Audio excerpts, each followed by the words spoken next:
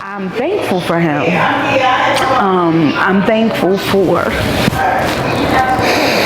his open door. I'm thankful for his belief in Barry's Barkeisha. Your legacy of service and dedication will live on through the thriving businesses that continue to benefit from the foundation you have laid. On behalf of the people of Baltimore, I thank you for ensuring equitable rights and opportunities for small and minority businesses in our community and wish you a long, happy, and well-deserved retirement. March 27th, 2025, from Mayor Brandon M. Scott. I used to always tell this story because this is kind of always orients me when I look at what small businesses have to go to, and this is what sort of gets me going. So, I think about people who try to go to the city to try to get a permit or to try to start a business and do all the things that are important to them, moving their projects along. And sometimes I got tired of the complacency that I saw when somebody sits in an office and they move a paper from one side of the desk to the other, and whether they do that or not, they get paid, right? They get paid. But the small business person, they don't get paid unless something happens. And I usually use this kind of gross analogy, but I say they kill what they eat. If they don't get something done, they don't get paid. And that sort of guided me to think about what are the barriers that affect small business? What are the barriers that affect how they move from one place to the other, get to their goals? And sometimes the barriers are they come to us with too many things that they want to do. They want to do everything to make money, and as Scott said, I try to get them focused, because let's get the one thing done and let that fund everything else. I've known Paul since probably a little girl. I would say, I'm only gonna keep you on the phone 5 minutes, and we'd be on the phone for an hour. He said, all right, I gotta go. But I really appreciate, he cares, Paul truly cares about people, and he is working in his gift. And God says when you work in your gift, it will make room for you. I came into this industry very naive, very green, and I wanted to know everyone and be in everywhere and talk to everyone. And Paul would put me in his office and he would school me, and he would do it with love, and he would do it like just someone that wanted to see me do well and be successful. I found Paul to be a mentor, a good person to talk about some of my challenges as a regional director, to really get some concrete guidance and advice. And I'm going to miss that. Signed by our Honorable Governor, Wes Moore, and Lieutenant Governor Aruna Miller, and Secretary of State as well, Susan Leo. I have a person here who is dear to my heart. She's sitting over there, and if any of you have ever gone to Barry's Lot by Lakeisha, she is one of those people who came to me many years ago, and she said, failure is not an option for me.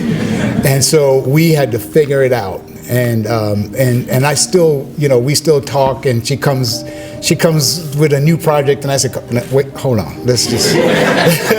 His support is the same from day one until now. So I know my emotions are all over the place. It's not like he's gone forever, but he's definitely somebody who has made an impact on my business life and even personally. My relationship with Paul is first of all, a friend, but also a mentee, because Paul taught me everything.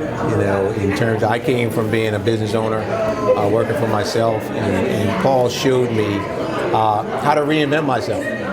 I didn't know what I was going to do. When I transitioned out of the flooring business, I wasn't quite sure what it was that I was going to do, and I latched on to Paul, and Paul knew everything and everybody, and I just followed him. He showed me, introduced me to so many people in the Baltimore area. Not being from the area, without Paul, it took me forever to meet the kind of people that Paul was able to introduce me to, and it just means everything to me. He was very concerned about this MBDA program at the time, but what you did in that concern and some skepticism is you challenged us. I never forget that. He said, you had some predecessors and I'm not sure what the heck they were doing. And I remember that. But I took that as a challenge.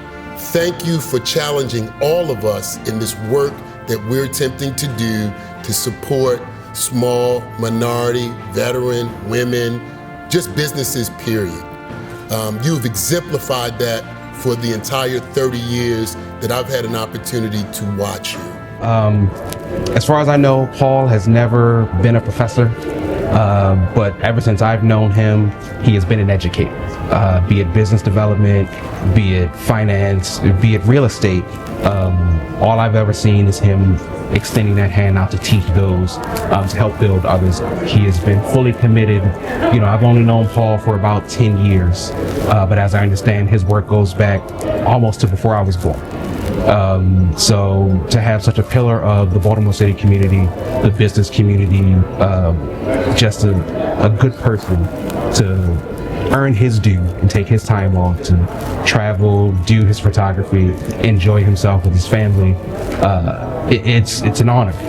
But I can't tell you how proud I am of what he became after he went out on his own, with the instructions to just fix it, get it done, make it happen.